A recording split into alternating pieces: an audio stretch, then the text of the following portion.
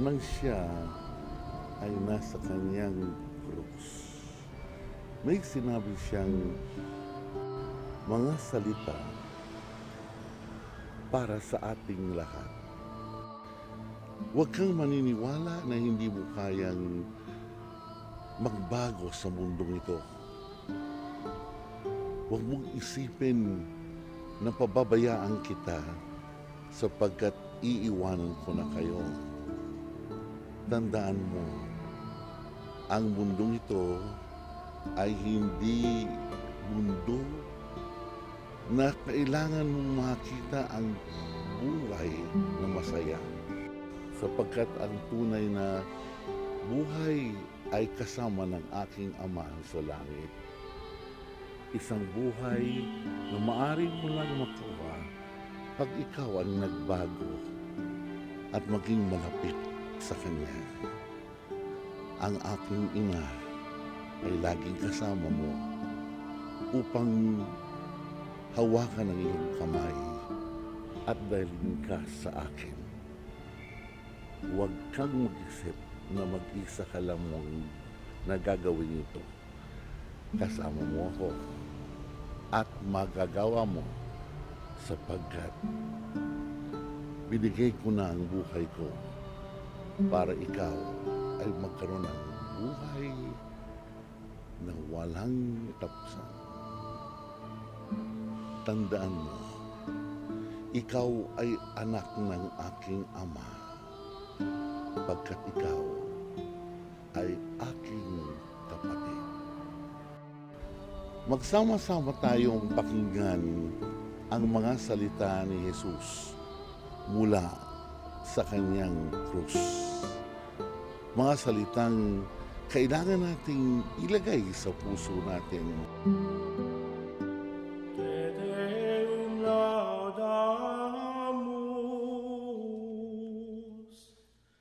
Te Dominum confidemus,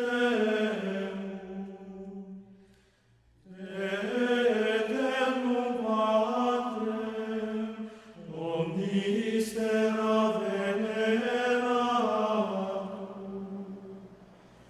Tibi omnes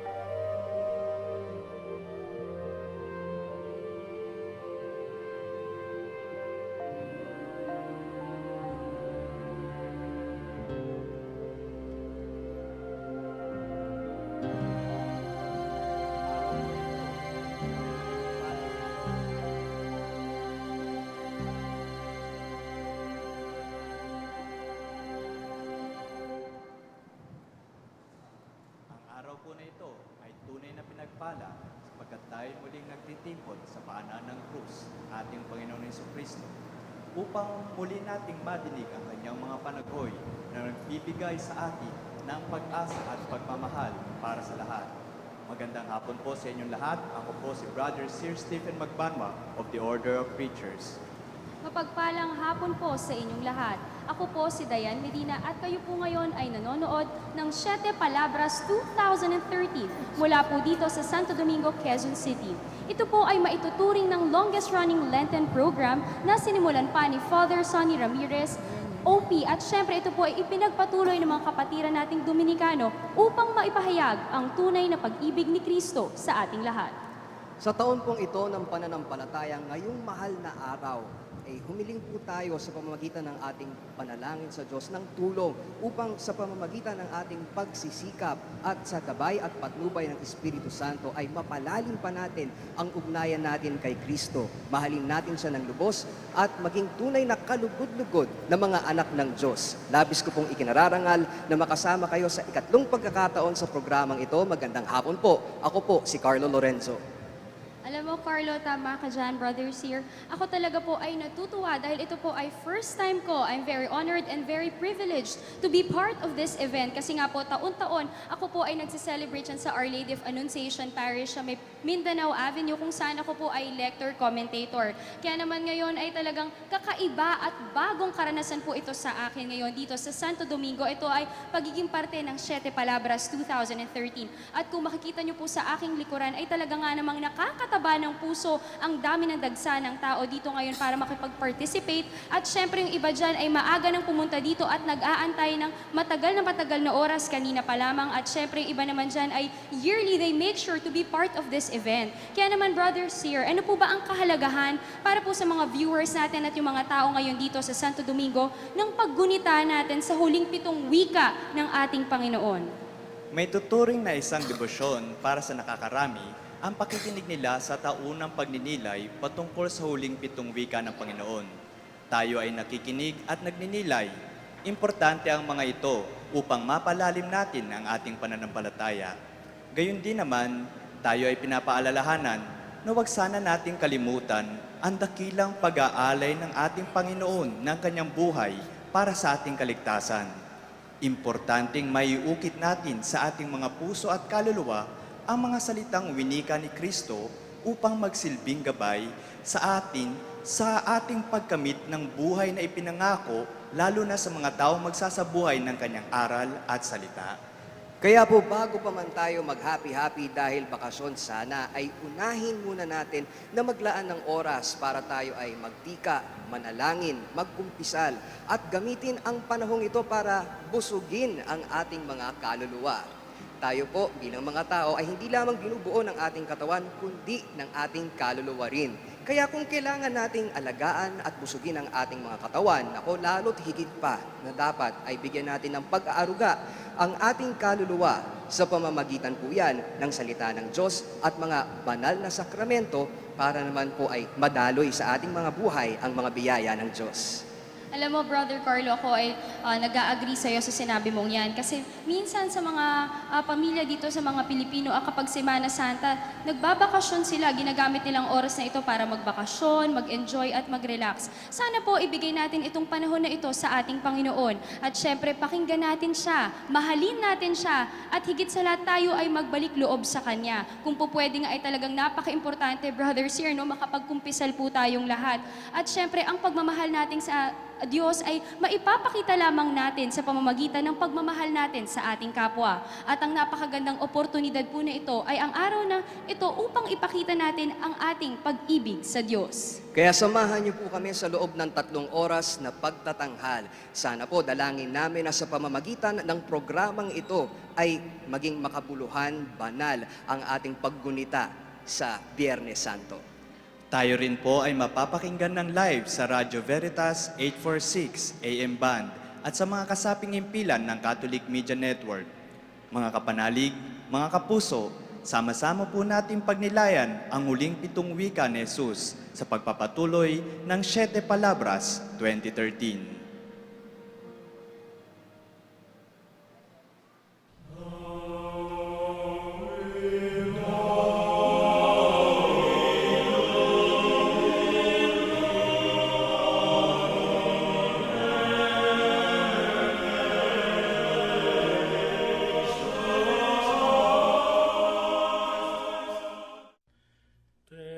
Ama, patawarin mo sila sapagkat di nila alam ang kanilang ginagawa. et Dominum confidem.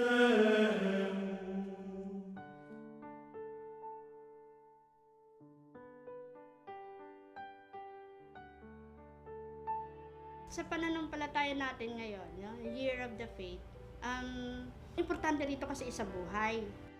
Pag ninilay-nilayan natin yung unang salita, yung Ama, patawarin mo sila pagkat di nila alam ang ginagawa nila. Kasi may mga encounters, lalo na ako, kahit mga sa mga simpleng lugar lang, no, na hindi makakalain na merong ganong klaseng discrimination. Meron ako isang experience, nung nakita niya aking ID, kung saan ako nagtatrabaho, sabi niya, kayo yung ayos sa contraceptive, sabi. Oo. So, ngumiti lang ako. Nalulungkot ako nung naririnig ko yung mga katwiran niya. Pag talikod ko sa kanya, nakita ko isang matanda na tinitigan ako at nakangiti. Parang, ang sarap na pakiramdam kasi para pakiramdam ko si God ngumiti sa akin at sinabing, salamat sa pagtatanggol ng buhay. Yun yung parang pinaka-regalo na pakiramdam na kaya ko. Hindi lang pagsasalita, kundi sa pagsasabuhay nito. Katulad ng pagsakay ko sa jeep. Sumasakay po ako ng jeep, wala po akong sasakyan. Sumasakay ako ng jeep, yung simple bang kailangan ko pang sabihin, pakiusog po, makikiusog po kasi napakahirap sumakay ng jeep, lalo na pag nandun ako sa dulo. So, sa may Kapansanan, very important po yung makakasakay ka dun sa bandang unahan. Pero minsan hindi ka napapakinggan na, madalas hindi ka pinapakinggan, tititigan ka lang. So hindi ko alam kung gano'n nga ba talaga ka-curious o yung mga tao, especially mga kabataan ngayon, no, in the sense. Pero yun na nga, yung simpleng gano'n na lang masakit sa loob. Kasi parang pag may kapansanan ka, napakahirap mag-adapt sa ngayon. Kulang ang facilities namin, tutuusin para sa aming mga may kapansanan. So, makikiusap lang din naman ako para sa sana, pag nakakita kayo ng may kapansanan, maging sensitive. Lagi ko na lang iniisip, okay, may dalawa kayong paa, kompleto. May kapansanan ako, pero may 3 akong paa. Kasi may baston ako, meron ako kanan at kaliwa. Yung isa man, kahit maliit yan, merong yan, may silbi yan. Aminin ko, hindi naman ganun kadali na to find forgiveness. Yung medyo maiinis ka, simangot ka. But in the sense, pag nakita mo rin na at the end of the day na nangyari na tanggapin natin, andun na yung forgiveness Sabi, bahala na kayo, Lord. Kayo na lang bahala. Una talaga ang Diyos. Higit sa lahat. Para umunlad ang bayan natin. So, kung ang Diyos nasa presensya nating lahat, hindi tayo maliligaw. Alam natin na sa tama tayong daan. Yun ang tamang daan. God is the way. Kung lahat tayo magkakapatawaran, pagkakapatawaran na magkakaroon ng isang pagpapasya na makakabuti sa bansa natin, yun ang importante. Yung pagpapatawad na mayroong magandang simula na makakabuti sa bansa natin.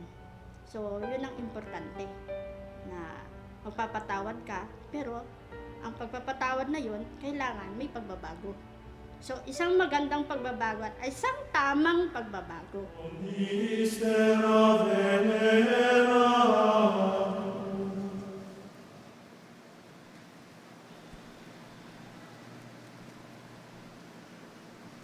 Narito po ang pagninilay sa unang wika na ihahandog sa atin ni Father Rudolph Stephen N. Senyo ng Order of Preachers.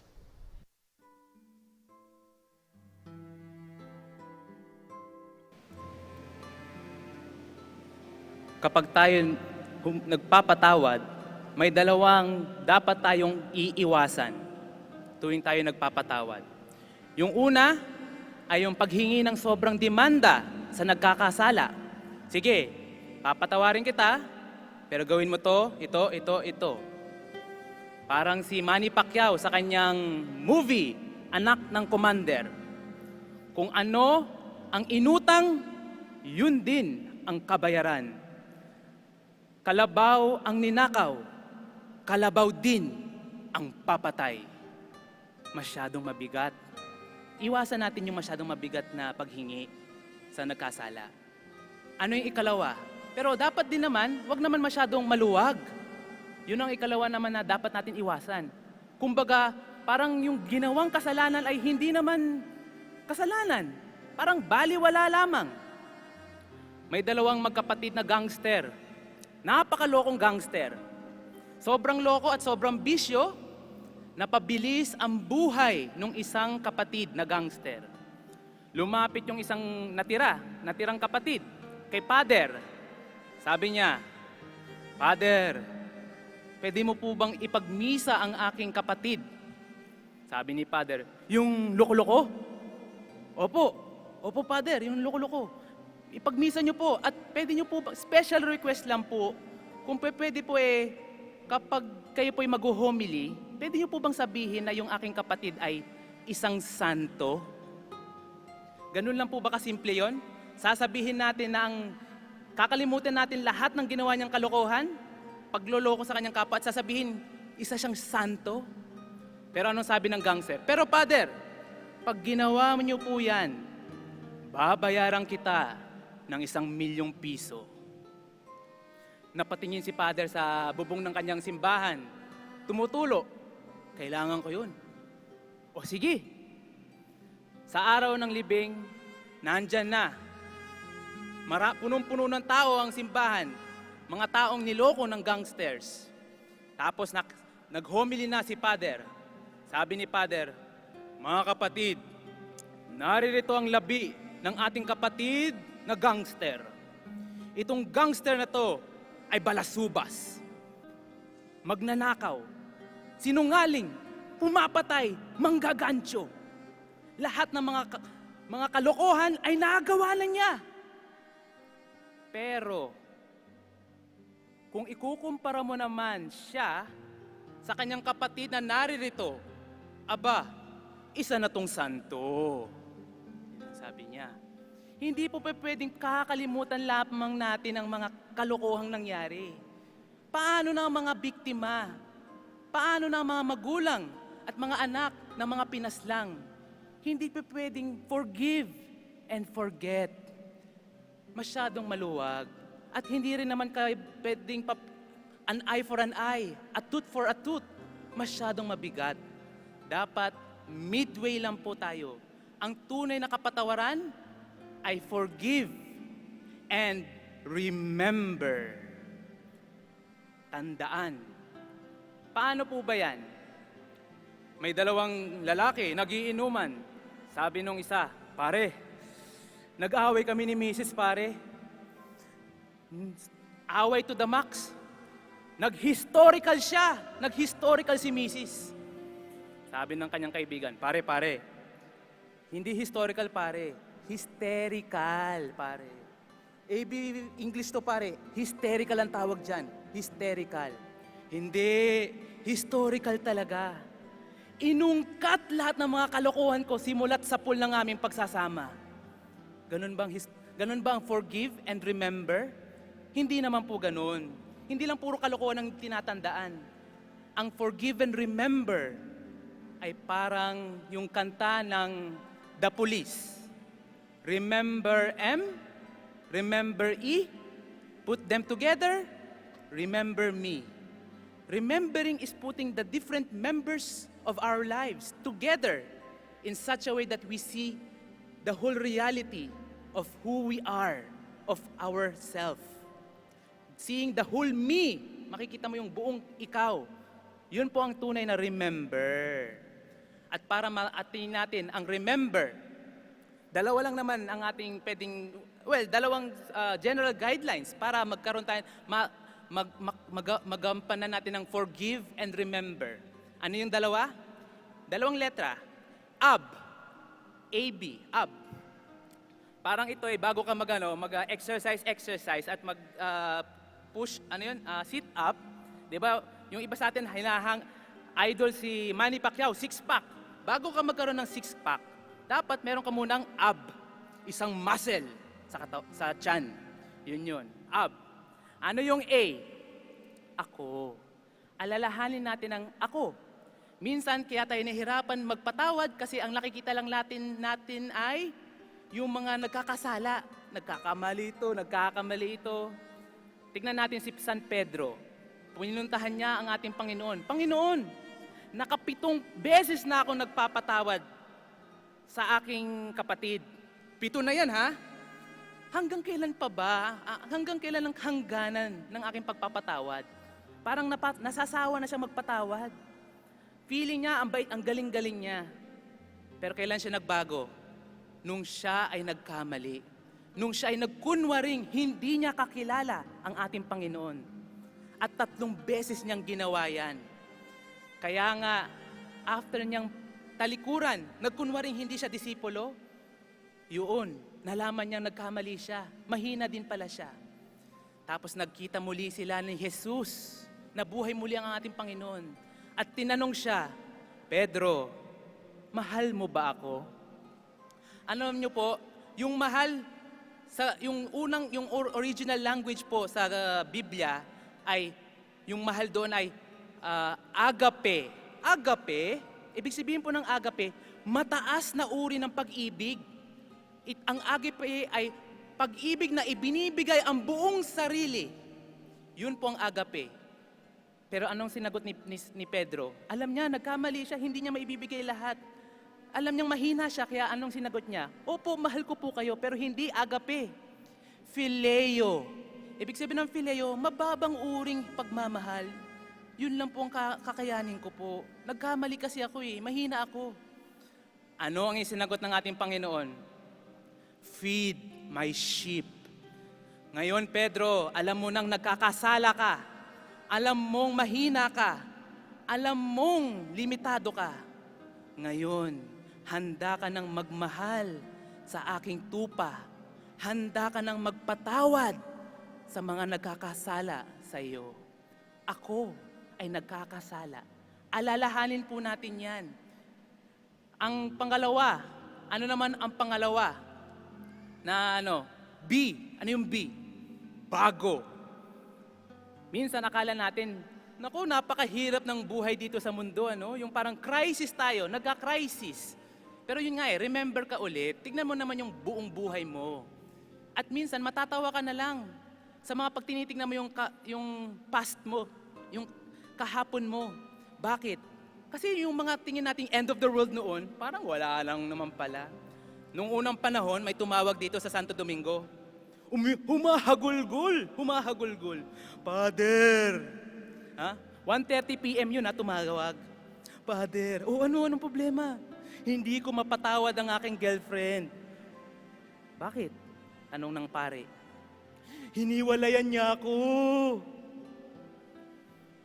Sabi ni Father, ginising mo ko mula sa siesta ko para lang sabihin yan? Ang babaw-babaw ng problema mo. Galit na galit yung pare. At ang ginawa niya, kinuha niya yung telepono. Bang! Sakit sa tenga nung binata. Nagulat ang binata. Akala niya yung pare magiging kasing bait ng kanyang psychologist, ng kanyang guidance counselor, at ng kanyang psychiatrist. Ang babait ng mga yun pero hindi siya gumagaling. Pero yung bang na yun ng telepono, yun, natauhan siya bigla at nalaman niya, oo nga ang babaw lang pala ng problema ko. At simula nun, naka-move on na siya. Naka-move on yung binata at nagpatuloy. Nagtagumpay sa kanyang business at nagkaroon ng magandang pamilya. May magandang anak na rin siya ngayon. Minsan, wag natin alalahanin na ganyan ang mga bagay, yung masyadong limited. Pero ang tunay na pagpapatawad ay hindi masyadong mabigat katulad ng eye for an eye, hindi rin masyadong maluwag katulad ng forgive and forget. Ang tunay na pagpapatawad ay forgive and remember. Tandaan natin na tayo ay nagkakasala, tandaan din natin na tayo ay, ang mundo ay nag-iiba, naggumagaling tayo, at magpasalamat tayo sa mga nagkakasala sa atin dahil tayo ay gumagaling kasama nila, kasama ng mga paghihirap na ito. Pag nagawa natin yan, makakasama natin ang ating Panginoon at sasabihin natin sa ating Ama, Ama, patawarin mo sila sapagkat hindi nila alam ang kanilang ginagawa. Ito na nga nalugpaan ng hirap at kasakitan. Tumingala kapagpuan sa Diyos amang maalam. Ito ang siyang tinuran Peter Demitelis non enim quid passion. Ama kong Diyos na nagiging, ang hingi ko po at hiling ay iyo kong patawarin ang lahat ng taong taksil. Sa akin, binila na mamalayan itong kanilang inasal. Walang loob kamuntiman, magdalita ka po naman. Ilayuwag pag-isipan, ang ito'y maipangusap. Araw ay tanghaling tapat, pawang nagsipang gilalas dito sa ipinahayag. Sa pagingilian ng tawag.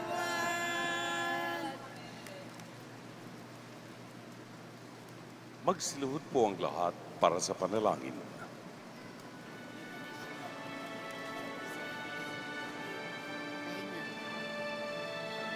Ama, titipon po kami ngayon sa iyong harapan upang hilingin ng iyong pagpapatawad at pagmamahal.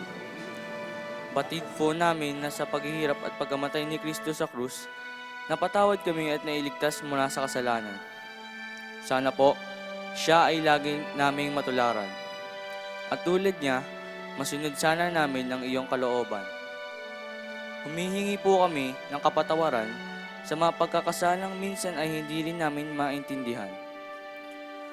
Sa mga panahong labis na ang tiwala namin sa aming sarili, sa mga puntong hindi namin iniisip ang aming kapwa, dahil ang aming layon ay ang aming pansariling kapakanan.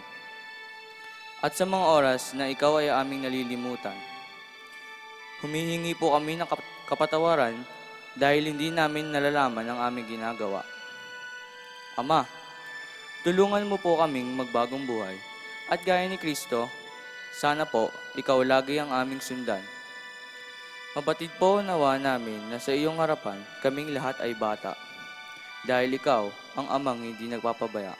Amen.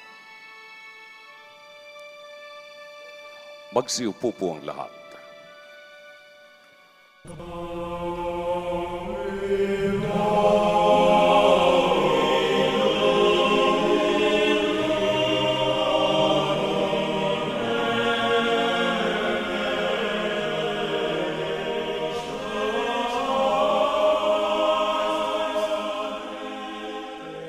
Ngayon di ipagsasama kita sa paraiso. Te Dominum confide. Sambuanga po ako kasi noon, nung maliit po ako pag naliligo kami sa dagat, may dagat po doon.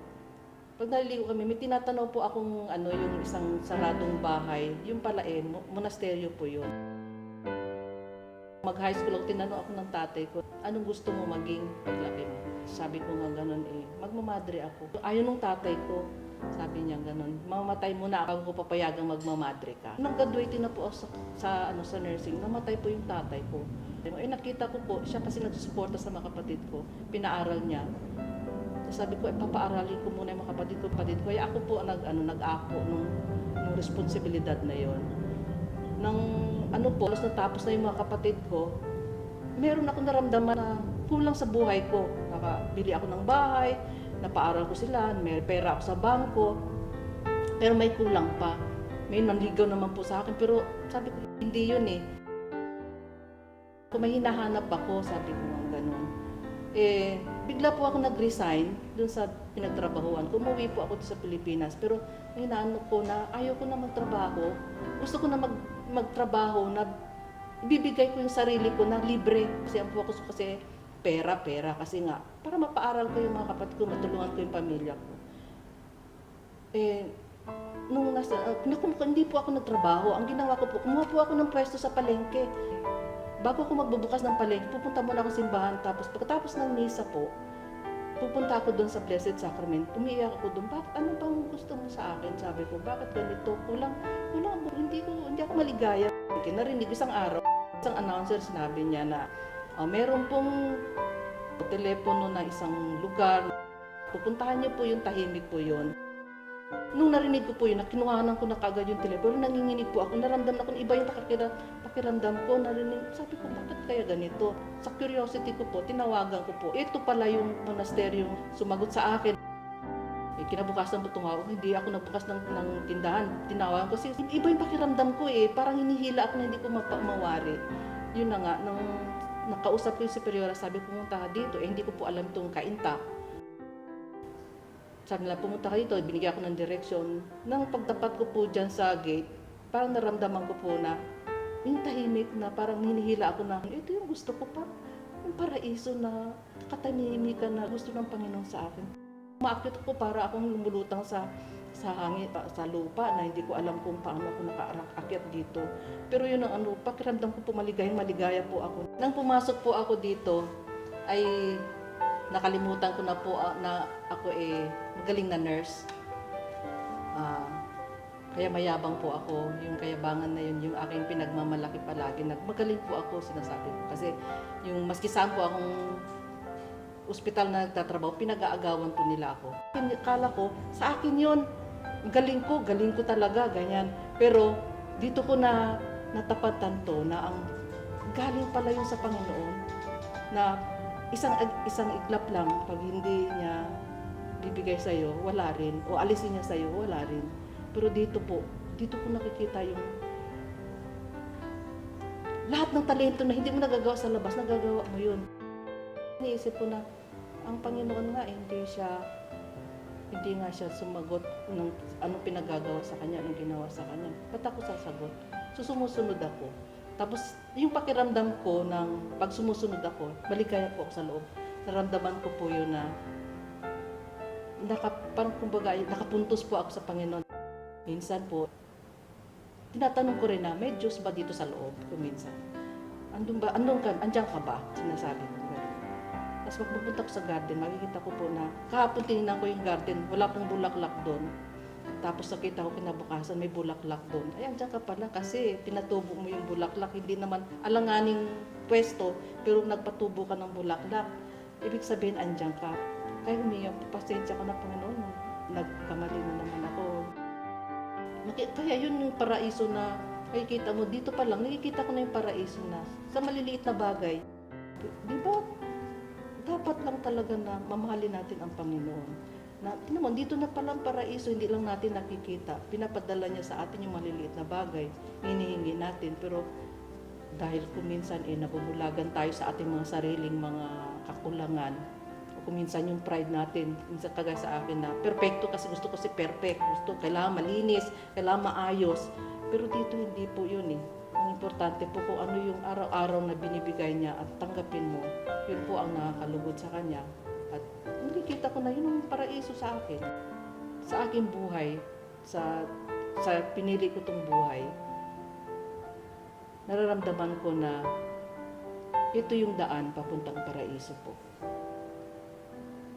Maski na anong hirap na dadaanan ko, dito po ako magbabantay at maghihintay sa pagdating ng Panginoon at sasabihin niya sa akin na halika na, dadalhin kita sa paraiso.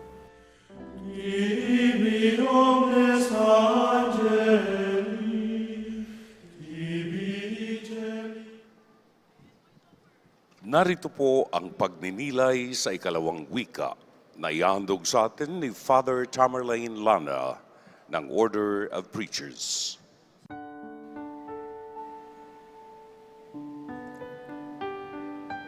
Tunay na sinasabi ko sa iyo, ngayon din ay sasama kita sa paraiso. Ang mga huling salita ni Kristo habang tinitiis niya ang masakit na sandali ng kanyang buhay sa krus ay hindi lamang naglahad ng kanyang damdamin at isipan. 5 sa mga katagang ito ay tuwirang inilahad niya sa 4 na personang napakalapit sa kanyang puso. Una, ang kanyang ama, pangalawa kay Maria, pangatlo kay Juan, at pang-apat sa isang magnanakaw. Hindi katakataka kung bakit ibinali ng ating Panginoon ang kanyang panalangin sa kanyang ama na pinakamalapit sa kanyang puso, lalo na sa pinakakritikal na sandali ng kanyang buhay. Hindi rin isang sorpresa na kausapin niya at ibigay ang huling habilin sa kanyang pinakamamahal na ina at sa kanyang pinakamatapat na alagad at kaibigan na si Juan. At pang-apat, isang palaisipan. Pang-apat ay isang magnanakaw. Pang-apat na pinakamalapit sa puso ni Kristo sa krus. Sino ang magnanakaw? Anong papel ang ginampanan ng dalawang magnanakaw sa dambalan ng krus? Sila'y nagpaalala sa lahat ng magnanakaw sa mundo na pinangunahan ng tinagurian nating mga unang magulang ni si Adan at si Eva. At kung naalala natin ang nangyari sa Genesis, nilihad doon, sabi ng Diyos, ang prutas sa gitna ng hardin ay huwag niyong kakainin. Sa oras na kainin niyan at hipuin man lang kayo, ay mamamatay. Subalit katakam-takam ang prutas sa paningin ng babae. Pinitas niya, kinain, at pagkatapos ibinigay sa kanyang asawa. And the rest was history. The first case of the saying, yung masarap ay bawal, o kaya naman ang bawal ay masarap. Ang alam natin na ang kasalanan ng ating mga unang magulang ay pagsuway sa utos ng Diyos. Subalit nais sa katuparan ang pagsuway na yan sa pamagitan ng pagnakaw. Kaya itong pagnanakaw na yan, yung kasaysayan ng pagnanakaw, nagsimula ito sa ating mga unang magulang na ipinamana sa atin. Kung kaya't sino ang magnanakaw? Kung tinatagurin natin ang ating mga sarili bilang mga magnanakaw, ang magnanakaw ay ako, ikaw, tayong lahat ay magnanakaw. Welcome to the club, mga kapatid, na magnanakaw. Bakit ang bawat kasalanan ay anyo ng kasalanan ng itong pagnanakaw? Madaling intindihin na ang pagnanakaw ay ang pag-agaw, pagsarili ng isang bagay na hindi atin o pag-angkin ng karapatan ng iba, lalong-lalo na ang karapatan ng Diyos. Ang siguro ang atin lamang iniisip, ang pagnanakaw ay ang pag-angkin ng mga bagay-bagay na hindi atin. Subalit ang kahalayan ay isa ring anyo ng pagnanakaw. Hindi lamang yung tungkol sa pakikiapid na kung saan yung mang-aapid ay nangaagaw ng karapatan ng asawa sa kanyang asawa. Ito ay angkop din sa kahalayan sa sarili, sa premarital sex, sa homosexual act, sapagkat ninanakaw natin ang kasiyahang sexual na nararapat lamang sa mag-asawa, itinakda sa mag-asawa. Bakit ang pagsisinungaling ay isang anyo ng pagnanakaw? Sapagkat inaangkin natin ang katotohanan o ang karapatan ng iba na malaman ang katotohanan. At ang pinapalabas natin ay kasinungalingan. Bakit ang pagpatay ay isang anyo ng pagnanakaw? Sapagkat inaangkin natin ang buhay ng iba at lalong-lalo na inaangkin natin ang karapatan ng Diyos sa buhay ng bawat isa sa atin. Ano man yan mga kapatid, kahalayan, kasunungalingan, pagpatay, kalaswaan, katiwalian, bawat kasalanan ay anyo ng pagnanakaw. Subalit mayroong magandang balita sa ating mga magnanakaw. Ang magandang balita ay maaari din tayong bigyan ng pagkakataon ng Diyos na magbago ang ating sarili at maging karapat-dapat sa kaharian ng Diyos. Kung ang pinakakasalanan ay ang pag-agaw, pag-angkin ng karapatan ng iba, lalo-lalo ng Diyos, ang salungat sa pagnanakaw ay pagbibigay. Kaya sinasabi natin, pagbabalik loob ay pagbibigay muli ng ating sarili sa Diyos at pagsasauli ng karapatan ng Diyos sa aming buhay. Doon lamang tayo magkakaroon ng pagbabago. Mga kapatid, maluwag ang ating kalooban at puno ng pag-asang malaman na kahit tayo ay magnanakaw, meron pa ring paraiso na nakalaan sa bawat isa sa atin. Subalit, huwag tayo matukso ng pagbabago, ang pagsasauli ng karapatan ng Diyos para sa ating buhay ay mangyayari lamang kung ano tayo 5 steps before our grave. Kaya, well, enjoy muna. Saka na lang yan. Enjoy sa buhay. Mga kapatid, pag ganitong ating attitude, alalahanin natin, dalawa ho ang magnanakaw sa krus. Hindi lamang isa. Kung kaya't ang ating attitude at ang ating motto sa buhay, saka na. Enjoy na muna.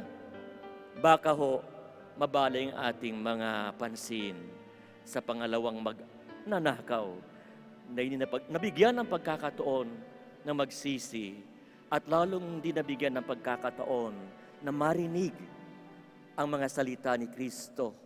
Ngayon din ay isasama kita sa aking kaharian. Ngayon, hindi bukas, hindi sa kana.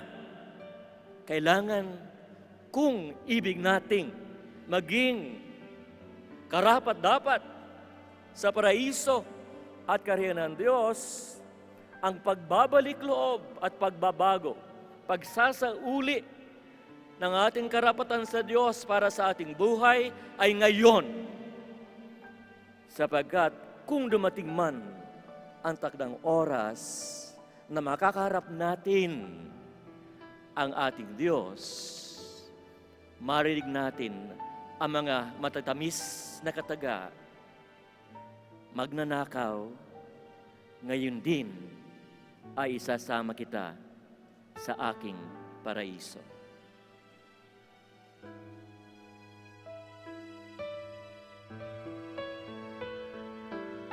Limutan, alalahanin mong tunay kung mauwi ka sa bayan. Namal mong karya ng sagot ni Jesucristo, iyong wika. Amen, di ko tibiyote naman ito, may kumiris ay ang tulong. Alihain paradiso, ako ay paniwalaan. Nitong pangako kong tunay, ngayon din hindi lilipan. Tatamuhin mo't kakamtan, paraisong aking bayan.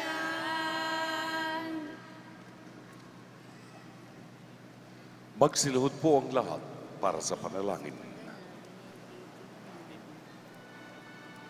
Panginoon, pinagkaloob mo sa nagsisising salarin ang pagpapatawad at ibinigay mo sa Kanya ang napakalaking biyaya, ang makasama ka sa iyong kaharian. Nananalig kami na kung kami mabubuhay sa iyo, sa paglalakbay namin sa buhay na ito, ay isasama mo rin kami sa paraiso. Sa kabila ng mga tukso at takot, sa kabila ng mga hamon at hirap ng buhay, ipagkaloob mo sa amin ang tibay ng loob at pag-asa. kaligayahan at kapayapaan. Na sa tulong ng iyong biyaya, bagamat marami kaming nakikitang hindi maganda, ay masayang mabuhay, sapagkat ang buhay na ito ay iyong biyaya at bigay. Panginoon, ang mga kabataan nawa ang magsilbing ilaw sa buhay na ito. Panatilihin mo sila sa iyong liwanag at ang kanilang pananampalataya. Nawa ang maging tanglaw ng mga nawawalan na ng pananampalataya at pag-asa. Ipaalala mo sa amin na sa huli, ang aming paglalakbay sa buhay na ito ay patungo sa iyo, sa paraiso. Amen.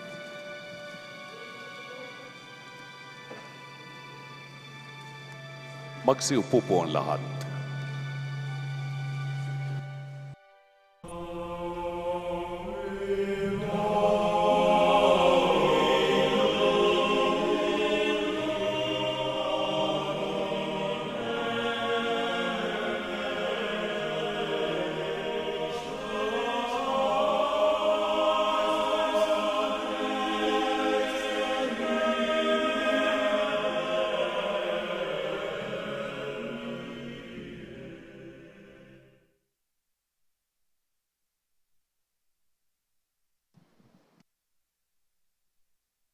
Pakinggan po natin ang isang awiting ihahandog sa atin ng Tiples de Santo Domingo at Santo Domingo Male Chorale.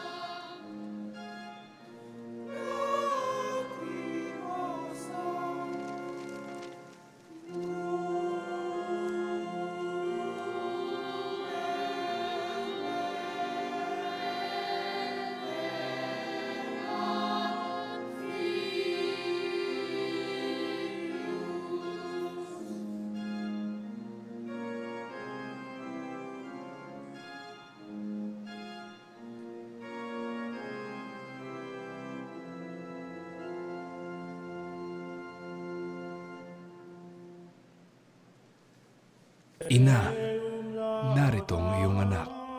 Anak, narito ang iyong ina. Te Dominum confidem.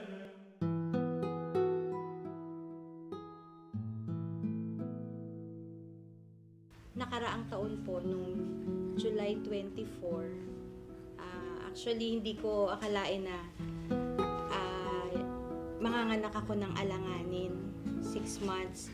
Although bago kay baby, meron na akong 2 miscarriage, wala sa hinagap ng isip ko na magkakaroon ako ng premature baby, kasi itong 2 naman kahit papano, kahit medyo nahirapan akong ipanganak sila, hindi naman sila naging premature, overdue pa nga sila, pero si baby, sobrang aga, 6 months. Payat na payat po siya, dikit na dikit yung kanyang balat sa laman, na yung legs niya, parang ganito lamang. So, pag hinahawakan namin siya, kaya ko alam, pag hinahawakan mo siya dun sa incubator, papagano, pinihimas mo yung legs, nakikita mo nakasukat lang ng daliri mo yung legs niya. Tapos yung mukha niya, hindi mo maiisip na ganito yung mukha niya, parang iti, ganon. Kasi maitim-itim pa, marami siyang balahibo. Inisip ko, ano yung chance kaya ng survival ni baby? Na meron nagsabi pa sa akin na kapamilya ko pa na, sabi, kung ano, i-give up ko na. Baka kasi daw paglaki pa ni baby ay hindi normal.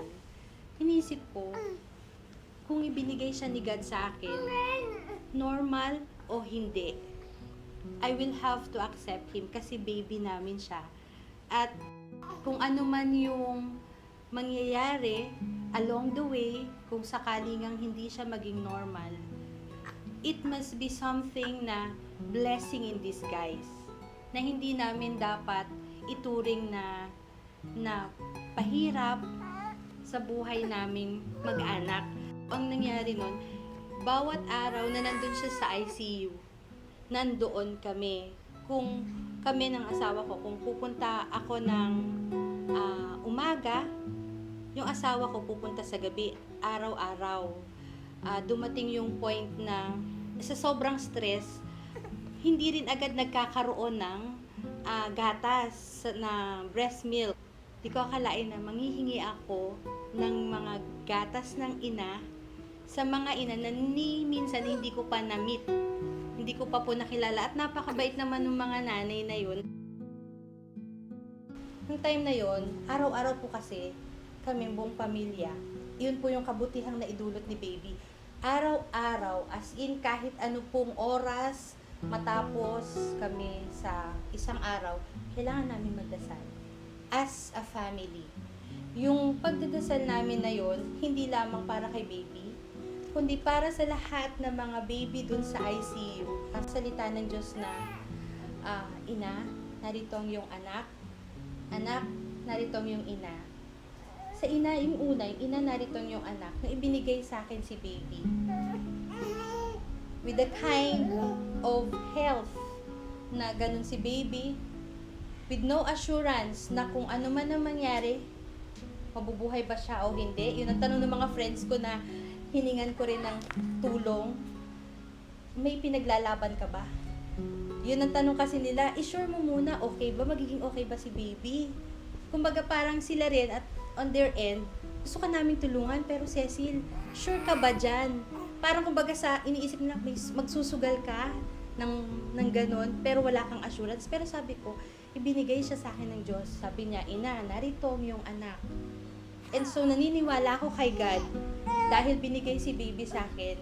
Kung ano man ang mangyari, it is His will and it will always be the best decision na tanggapin mo ang will ni Lord. Pag sinabi niya na, ina, narito ang iyong anak. Yun naman pong anak, narito ang iyong ina. Sabi ko nga po dito sa 2 kong mga anak, huwag yung isipin na tayo lamang ang nagsasakripisyo. Sa tingin ko, si baby man, nagsasakripisyo rin for us. We do not know what is the reason why he has to undergo that kind of suffering at a very young age.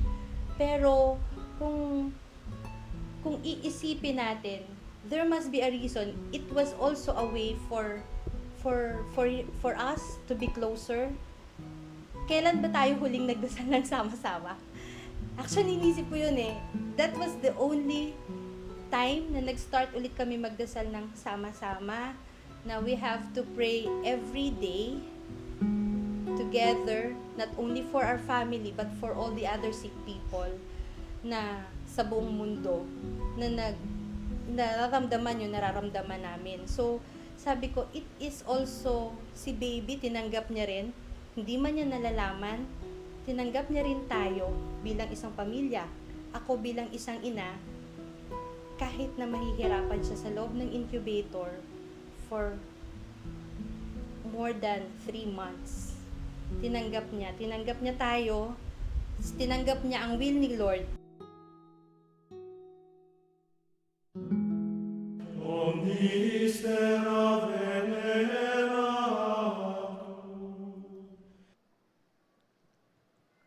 Atin pong pakinggan ang pagninilay sa ikatlong wika na ihahandog sa atin ni Father Paul Reagan Talavera ng Order of Preachers.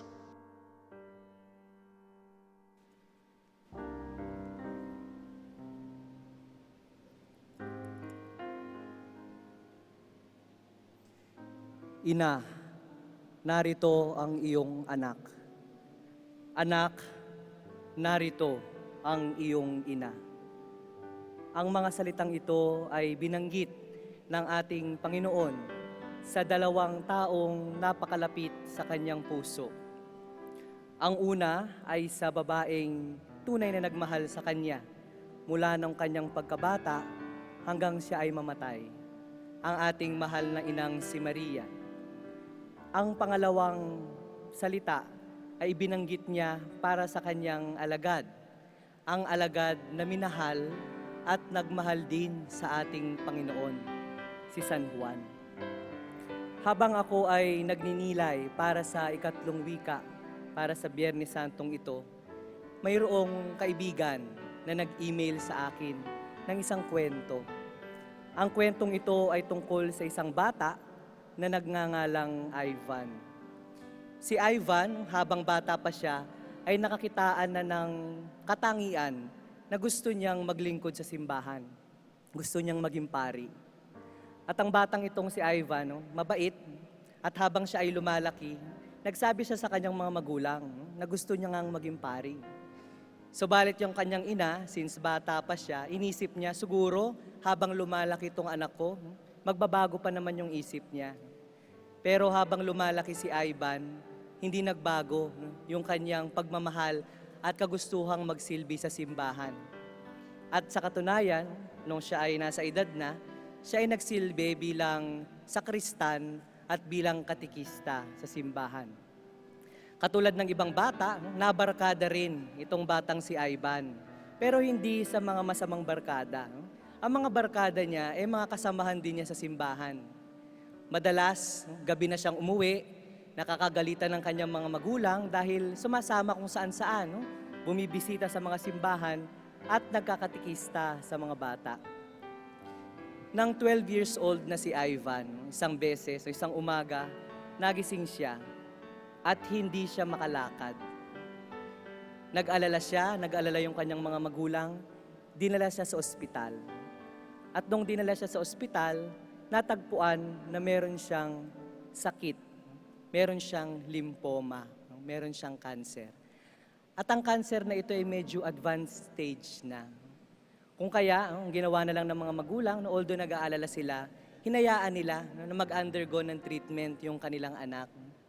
At habang nag-undergo ng treatment sa chemotherapy, siguro sa inyo, yung mga may kamag-anak no nakaranas ng magkaroon ng ganitong sakit, alam natin napakahirap. Makikita mo yung iyong kamag-anak na nahihirapan. And so, itong nanay ni Ivan, minsan nagtatanong din siya sa Panginoon, bakit ba yung anak ko pa ang nagkakaganito? Bakit itong anak ko pa na napakabait, napakamasunurin, nagsisilbi sa simbahan, kami na mababait na magulang, bakit kami yung pinaparusahan ng Panginoon? Bakit kami pa yung kailangang dumanas ng ganito? tinanong niya ito sa Panginoon, bakit mo po kami pinaparusahan? Si Ivan, kahit na nanghihina na, narinig niya yung reklamo ng kanyang nanay. At ang sabi niya, Inay, hindi naman po ako pinaparusahan ng Panginoon. Binibigyan lang niya tayo ng pagsubok. Pagsubok na kung malalampasan natin, lalo tayong magiging matatag, lalo tayong magiging maniniwala, ang ating paniniwala ay lalong lalakas sa ating Panginoon. Ngayon po ay ika-4 na pong araw ng kamatayan itong si Ivan. Hindi siya gumaling. Marami pa yung mga tanong sa isip ng kanyang ina. Subalit, naniniwala sila dun sa huling sinabi ng bata na magtiwala lamang, maniwala at magtiwala sa ating Panginoon. Walang ina ang gustong makakita sa kanyang anak na nahihirapan. Walang ina ang gustong makakita sa anak niya na nagkakasakit.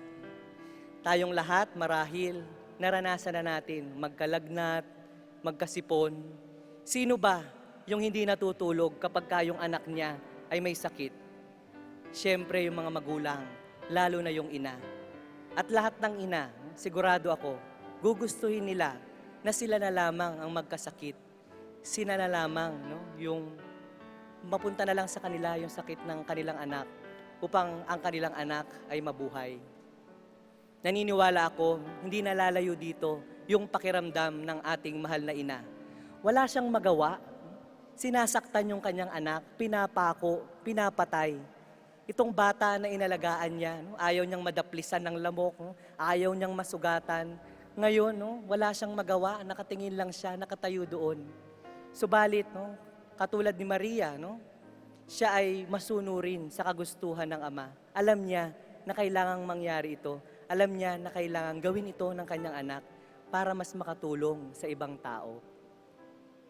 Inihabilin ni Jesus si Maria sa kanyang alagad at inihabilin din si Maria sa kanyang paboritong alagad na si Juan. Ang mga huling salitang ito ay hindi lamang para kay Maria at para kay Juan. Ang mga salitang ito ay para din sa atin. Inihahabilin tayo ng ating Panginoon kay Maria at si Maria din ay inihahabilin sa atin ng ating Panginoon. Kapag tayo ay nahihirapan, sa mga panahong nagdududa tayo ay nakakaranas ng hirap, naandyan ang ating ina, naandyan si Maria upang tumulong sa atin. Kung lamang tayo ay magmamahal, kung lamang tayo ay magmamahal ng tunay kay Jesus, susundan natin siya sa Kalbaryo, sasamahan natin siya, hindi niya tayo iiwan, hindi niya tayo iiwang nag-iisa. Iiwanan niya tayo ng mga kasama, iiwanan niya tayo ng mga kapatid na laging handa upang tumulong sa atin. Ako po ay assigned sa Iloilo, sa Angelicum. At sa aking pagbiyahe dito, nag-iisip ako lagi, bakit kaya tinanggap ko pa yung invitation? Ano kaya ang aking isi-share? At habang ako ay papunta sa airport, umattend muna ako ng Chrism Mass, yung misa para sa mga pari. At ito ay alas 7 ng umaga. Ang nakuha kong flight ay 10:20. Natapos ang misa, alas 9. Tumatakbo na ako papunta sa airport kasi baka mahuli ako. Sabi ko sa Panginoon, nagdasal ako at sabi ko kay Mama Mary, Mama Mary, ikaw ang nag-imbita sa akin, Panginoon, ikaw ang nag-imbita sa akin, bigyan mo naman ako ng sasakyan. Nag-iisip na ako mag-taxi, mag-jeep, nakaabito ako. Lumabas ako doon kahit nakakahiya. Nakita ako ng driver ng mga madre na umattend doon sa misa. Tinawag ako, Father, saan ka ba pupunta? Papunta ako sa Angelicum, kukunin ko yung gamit ko at pupunta ako sa airport, pero wala akong masakyan. Hatid na kita, sabi ng driver. At pumayag naman yung mga madre. So hinihatid nila ako. Nagtatatakbo ako, sumabay ako doon, sumakay ako doon sa sasakyan nila. Hinatid ako sa airport. Pagdating sa airport, kinapa ko yung cellphone ko. Wala yung aking cellphone. So sabi ko, Diyos ko, paano kaya akong susunduin nung nasa Maynila at paano ko siyang makikilala, wala yung cellphone ko. Pagpasok ko sa waiting area, may madre na nandoon. Kakongregasyon yung naghatid sa akin. Kinapalang ko na yung mukha ko, Sister, pwede bang makitext? Meron ka bang number nitong madreng naghatid sa akin? Parang naiwan ko yata yung cellphone ko sa sasakyan nila. Sabi ng madre, check ko, Father. Naku, Father, wala. So nangyari, nagkwentuhan na lang kami. No? Sabi ko, bahala ka na, Lord. Maya-maya, dumating yung pari na kasama ko sa kumbento. Pumasok sa waiting area, nakaabito, dala-dala yung cellphone ko. Nakalimutan mo. Sabi ko, Diyos ko, napakabait mo talaga. Mukhang gusto mo talaga akong pumunta at magbahagi. Tumawag yung susundo sa akin. Father, paano ba kitang makikilala? Hindi ko alam, no? Hindi pala makakapunta. Yung susundo sa akin, driver lang ang pinapunta. Sabi nung madre yung kausap ko, Father, sabihin mo may kasama kang madre. Madali kang makikilala. Mga kapatid, sa buhay natin kung minsan akala mo desperado ka na. Akala mo, no, katapusan na ng mundo. Pero darating at darating itong mga taong ito na tutulong sa'yo. Magpapadala ang Panginoon ng mga tao. Kung minsan hindi natin makita, hindi natin makilala, pero sila yung mga Maria, sila yung mga Juan na tutulong sa atin. Hindi tayo iniwan ng Panginoon. Hindi niya tayo pinabayaan. Laging magdadala, no? Lagi niya tayong ihahabilin sa ibang tao. Sana lang, no, katulad niya, no, ma-realize natin, no, dasalin natin lagi, at alalahanin natin itong mga huling wika ni Jesus. Ina, narito ang iyong anak. Anak, narito ang iyong ina. Madlapat di maisip ang sabirin pananangis, aling matigas na dibdib ang di mahabag mapis. Sa kayang pagkakasakit ng winikan ni Jesus, Molier Excelius Tuos, babaeng timtimang loob, iyang anak mo ay kukot. Ang akong iyong inilog, lumingon na at nagwika, nakaiwan Evangelista, wikay excess matter tua, iyan ang siya mong ina. Umang ipagpalamara, siya'y iyong iingatan, huwag mong pababayaan, suyuin mo gabit araw, ito ang mana mo lamang sa aking ngayong pagpanaw.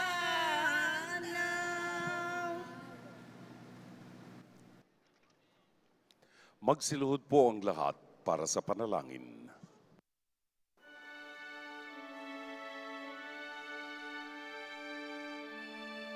O Jesus, sa iyong pagpapakasakit sa krus, ang sakit na iyong dinanas ay hindi lamang sa pagpasan mo at pagpapako sa iyo sa krus, kundi ang pakiramdam na ikaw ay iniwan at nag-iisa.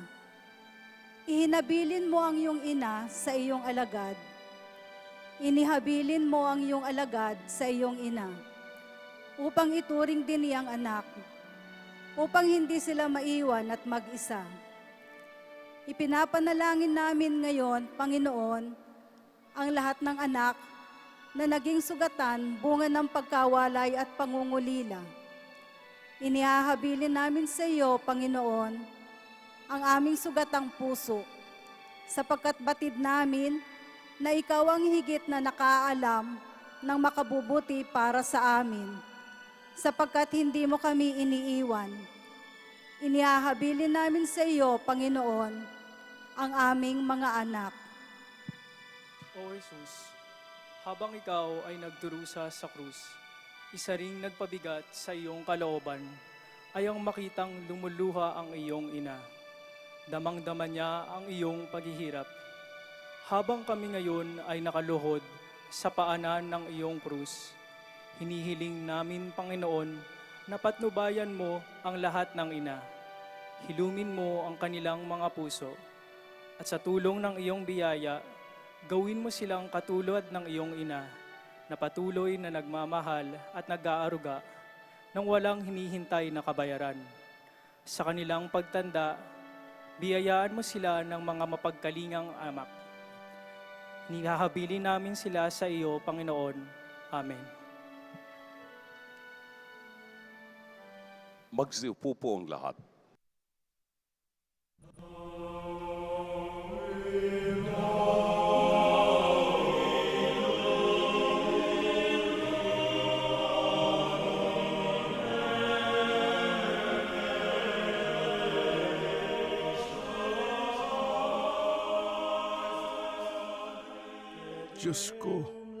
Diyos ko, bakit mo ako pinabayaan? Te Dominum confidem.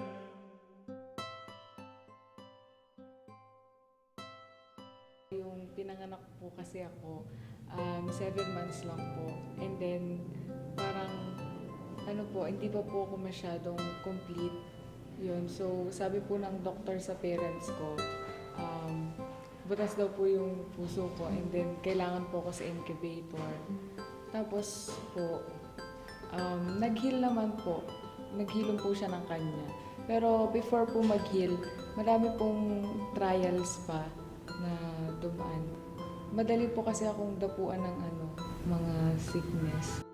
Dito pong grade 6 po, na-discover po ng mga doktor na meron daw po kong rheumatic heart disease.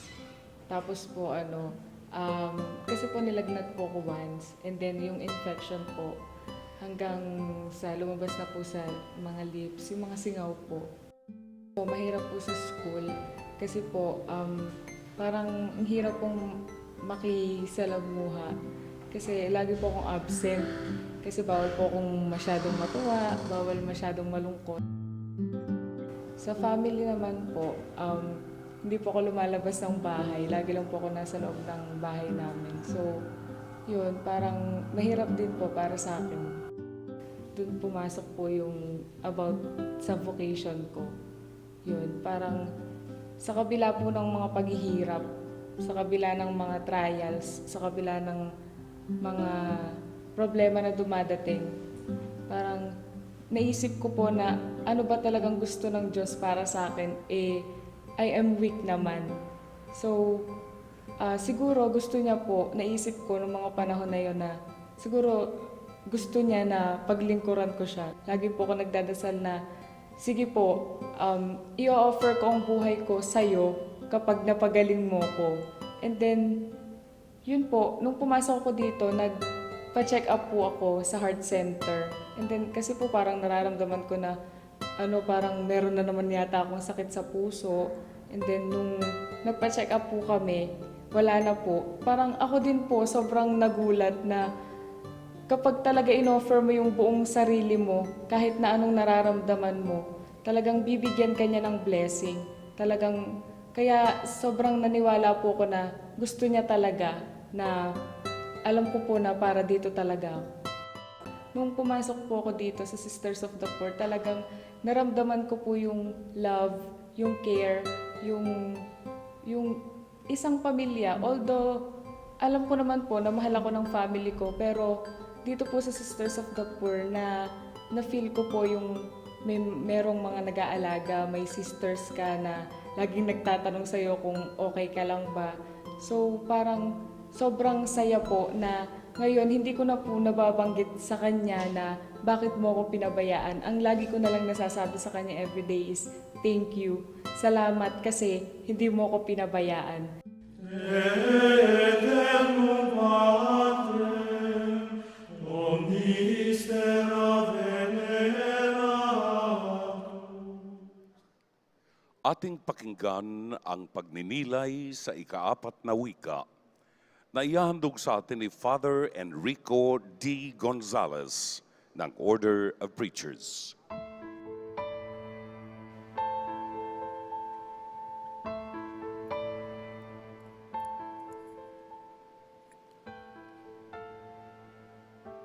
Minsan, isang araw, may isang alin na lumapit sa akin at nagtanong, Padre, kasalanan po ba ang magreklamo sa Diyos? Ang tuwirang kong sagot, hindi. Wala niyan sa 10 utos ng Diyos na nagsasabing bawal magreklamo. Kaya magreklamo ka. Hanggang sa umaabot sa langit ang mga reklamo mo. Mas mainam pa nga sa Diyos kang magreklamo kaysa sa inyong mga kapitbahay, baka chismisin ka pa. Subalit, ang sabi ko sa kanya, siguraduhin mo lang tuwing magrereklamo ka, nakaluhod ka kaharap ng krusipiho. Sabi ko, krusipiho hindi lang krus. Yung krus, plain wood or plain brass, whatever. Pero yung krusipiho, mayroong katawan ni Kristong nakabayubay. Sapagkat pagkaharap mo si Kristong nakabayubay, alam ko magliliwanag ang kanyang isip. Biro mo, magtatagpo yung kanilang paningin, si Kristo nakatingin sa iyo, para bang nagsasalita at nagtatanong, ano ba yung nirereklamo mo? Ako kanina pa rito. Baka gusto mong magpalit tayo. Mauurong ka at masasabi mo na lang sa Panginoon, okay na lang po, Panginoon, dito ako. Diyos ko, bakit mo ako pinabayaan? Ito ba'y pagreklamo ni Kristo? Hindi. Si Kristo'y nagdadasal. Sapagkat yung mga salitang Diyos ko, bakit mo ako pinabayaan ang simulang pangungusap ng Salmo 22. Kung kayo may mga Biblia, tingnan nyo yung Salmo 22. At ang unang pangungusap dyan Diyos ko, bakit mo ako pinabayaan? At pag binasa nyo yung buong salmo, makikita nyo, ito'y kasaysayan ng isang taong naghihirap, pinag-uusig, subalit nakaahon sa kanyang paghihirap sa tulong ng Diyos na magtiyaga at magpasensya. Kailangan ng tulong natin ng Diyos upang magpasensya, sapagkat yan ang salita ng pag-ibig, pagpapasensya. Kaya si San Pablo, nung ko siya'y tinanong kung ano ang pag-ibig, sinulat niya sa unang liham sa mga taga-Korinto. Unang-unang sinabi niya, ang pag-ibig ay mapagpasensya. Simple. Ang pag-ibig ay mapagpasensya. Hindi na sa tumula, love is a many splendor thing. Love means not saying sorry. Love is high as the sky and deep as the ocean. Wala na mga tula-tula sa mga ganyan-ganyan, mga kanta-kanta. Simple lang. Love is patient. Ang pag-ibig ay mapagpasensya. Kaya kung kayo iniibig, nagpapasensya sa inyo. Kaya nga may isang dalagang lumapit sa akin, humingi ng payo. Father, sino po ba sa mga nanliligaw ko ang maaari kong sagutin ng oo at magpakasal? Sabi ko, yung manliligaw sa iyo na handang magpasensya sa inyo hanggang kamatayan. Yan ang umiibig sa iyo talaga. Yung makapagpapasensya sa iyo hanggang kamatayan. Bakit? Sapagkat yun lang ang talagang umiibig sa iyo, yung makakapagpasensya sa iyo. Sapagkat tayo mismo hindi makapagpasensya sa ating mga sarili. Hindi ba kadalasan tayo na mismo nabubuwisit sa ating mga sarili? Ngayon, humanap ka ng makakasama mo, na iibigin ka, ibig sabihin, yung kasama mo ngayon, makapagpapasensya sa iyo. Habang buhay.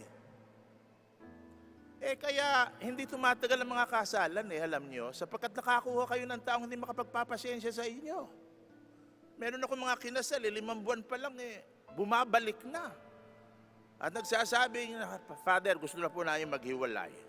Sabi ko, 5 buwan pa lang kayong nagsasama, hindi nyo pa nababayarin yung caterer ninyo.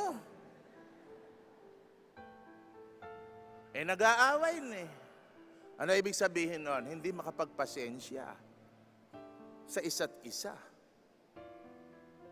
Yun ang punot dulo ng pagtatagumpay ng pag-ibig. Pagpapasensya. Ay mga bata dito, wag kayong umasa na yung kasalan tatagal sapagkat may romansa. Yung romansa, alam ninyo, tumatagal lang yan 5 taon. Masarap lang maghalikan kapag parehong banat ang inyong mga balat. Para kayong singkamas. Pag naghalikan kayo, tunog chicharon. Pero pagkatapos na 5 taon, yung mukha ni Mrs. nagsisimula ng maging ampalaya.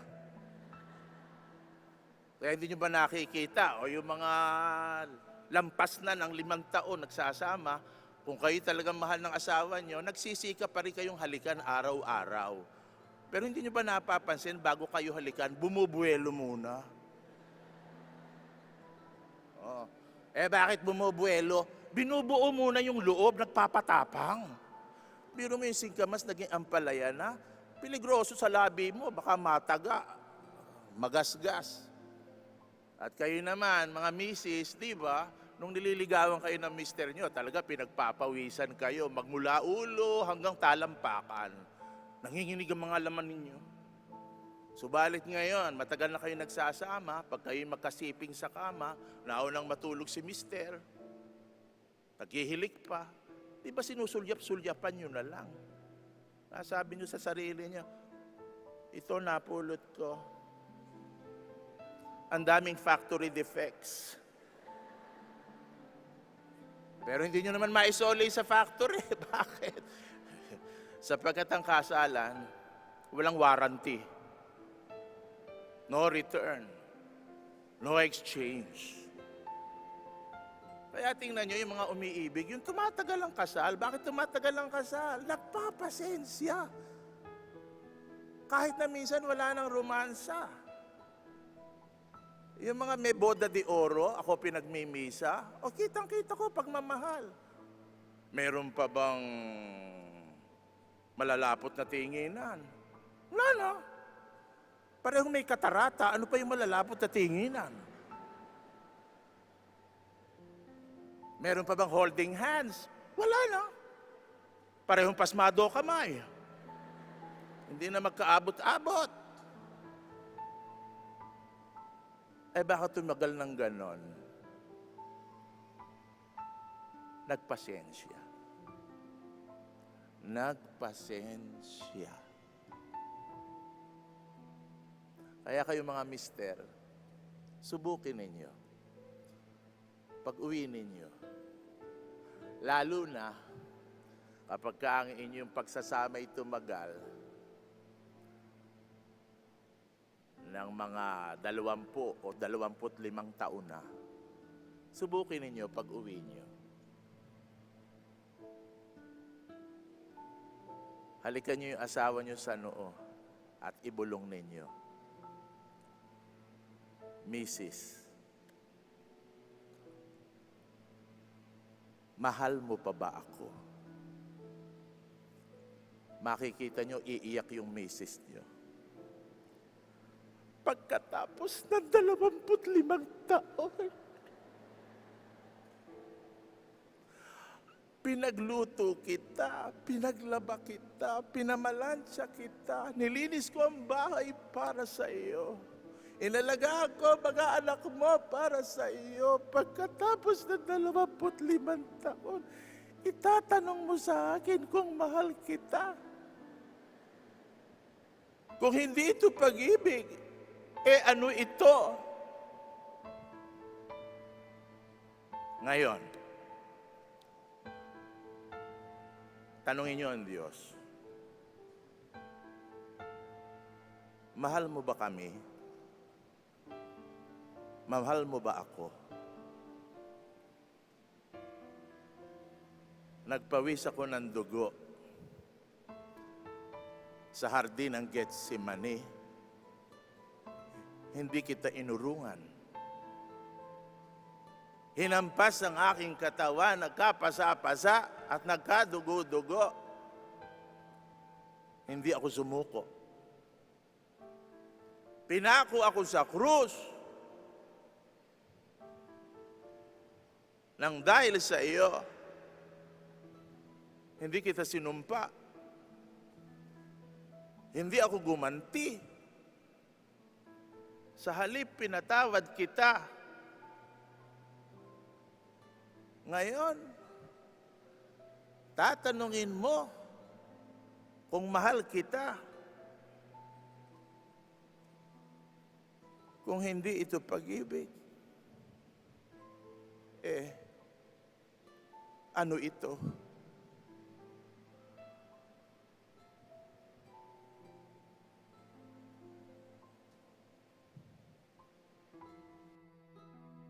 Hirap ay lubos na lubos, itong pong mananakop, dumating sa mang Diyos na ang winikang tibubos. Deus meos, usquidayang sabi, dere requeste mele, ele lamnas, sa baktalik, sa katuwirang sabi, kahulugan ay kayerli, kahulugan ay iisa, nitong wikang dinadalawa ng mga ibanghilista, si Diyos ko, o Diyos ko, Aniya. Ako po'y nilimot mo na marunong at mapag-ibig, sa alipin mong bulisik, ano't sa anak mong ibig, di mabalinot maapis, awa mo'y inililingin.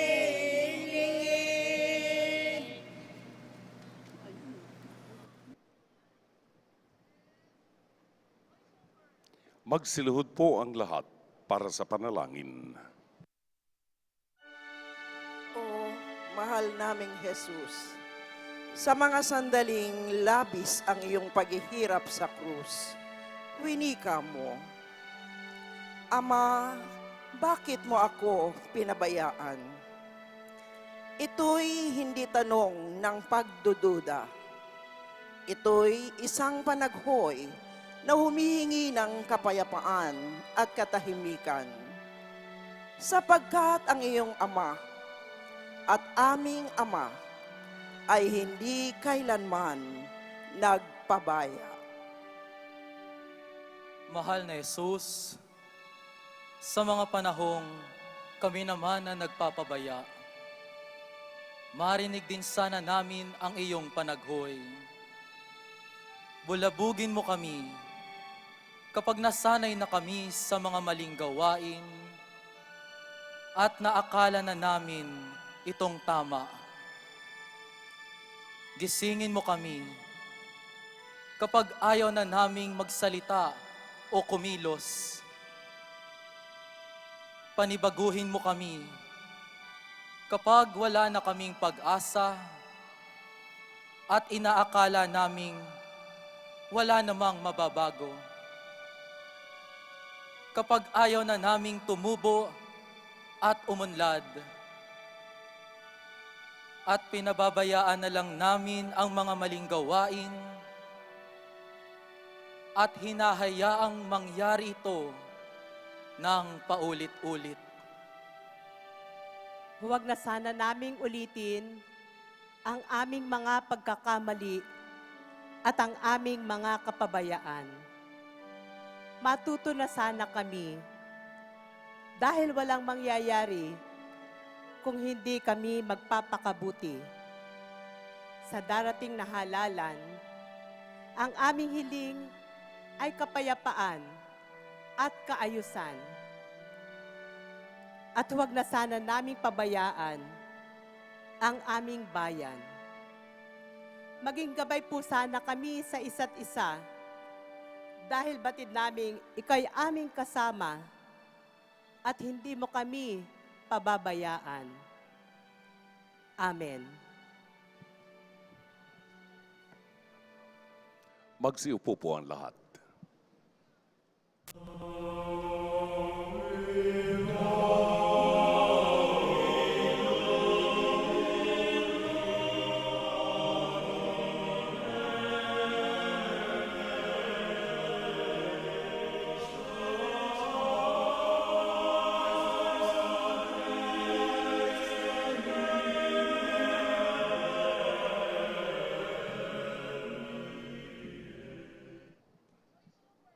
Tunghayan po natin ang pagtatanghal ni Mr. Arnold Josue.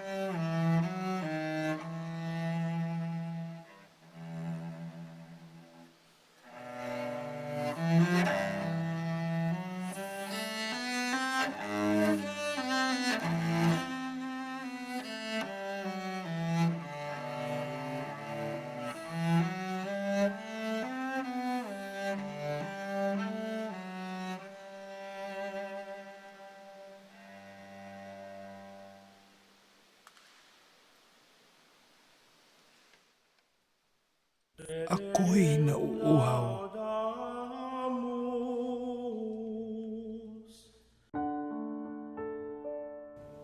Thirsty. Maraming yung thirst. We were thirsting for, when we were younger, probably more knowledge, more expertise, and money, and also recognition. Same time, we were thirsting, of course, for happiness in as artists, in terms of gratification, yung how we are acknowledged, and then at the same time achieving our yung makakuha kami ng something that is close to excellence. Hindi ko iniisip na uhaw yon. Mm-mm. Parang ano It's lang, looking para back. siyang, akala ko yun yung talagang tamang landas ng tao o natural na hinahanap ng tao. Yung gano'n, yung mag-aaral ka, magkakaroon ka ng pamilya, magtatrabaho ka, magkakaroon ka ng pera, pagawa ka ng bahay kung kaya mo, kung hindi magre-renta ka. Yung akala ko yun na yun. Yun yung normal na dapat kong hanapin o itayo sa buhay ko. Pero, nung tumanda ako, buti na lang para sa akin. Natutunan ko kung ano talaga ang dapat kong kauhawan. Merong para kang hinihingi na sa iyong minamahal, parang ganon. So it was more of like parang especially when you're younger, parang meron kang nakikitang, let's say, faults, and then you thirsted for more, let's say, for more attention. You thirsted for, kami parang ganon, no? Siya sa akin sa kanya. Natutunan kong na mahalaga na magkaroon ng relasyon sa Diyos. Natutunan ko na unang-una, mas mahalaga yung mensahe ng ginagawa ko. Hindi na mahalaga yung ang galing ko, kaya kong gawin yung papel na ito.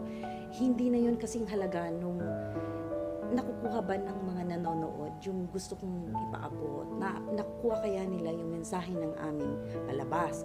Pareho kami doon kami swak na swak. Kasi humantong na rin ako doon sa bahagi ng buhay ko.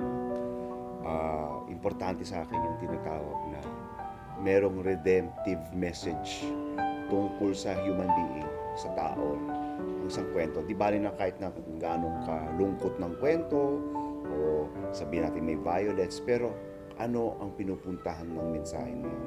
Ano ang punto niya? There has to be something. There has to be a good message about the human being. Yung pagkauhaw, para sa akin, kailangang idasal na sana lagi akong uhaw. Kasi kung lagi akong uhaw, lalo kong mapapaganda ang relasyon ko sa Panginoon. Hahanapin ko siya ng katulad ng paghanap ko sa mga bagay na kailangan ko para mabuhay. Parang gusto ko sana siya ang unang-una. Sana uhaw ako sa kanya lagi. Para siya talaga ang pinaka-importante sa lahat. Lagi. Yung kailangan ko siya sa buhay ko. Yun ang dinadasal ko. Sana po kailangan ko kayo parati. Pero may kasunod yun. Sana po kailangan ko kayo parati. Pero sana po wag sa masama o malungkot na bagay. Kasi di ba kalimitan sinasabi natin, tumatawag lang tayo sa Panginoon pag may problema tayo, pag merong may sakit. I think it's a good thing. As I said, it's a good thing to be thirsty. I agree with you. And kahit papano, napapawi naman ang pagkauhaw na ito sa pagdarasal, sa pagtulong sa kapwa. By helping others, natutugunan ko ang uhaw ng ibang tao, tapos merong simpatiya, para akong lumalabas sa sarili ko. Kapag nagawa ko yun, kahit na sa mga maliliit na bagay, merong sakit ang isang tao, at yung nararamdaman niya ay dinadamayan ko siya sa kanyang karamdaman. sa kahit na anumang paraan na aking magagawa, sa palagay ko natutugunan ko yung kanyang pagkauhaw.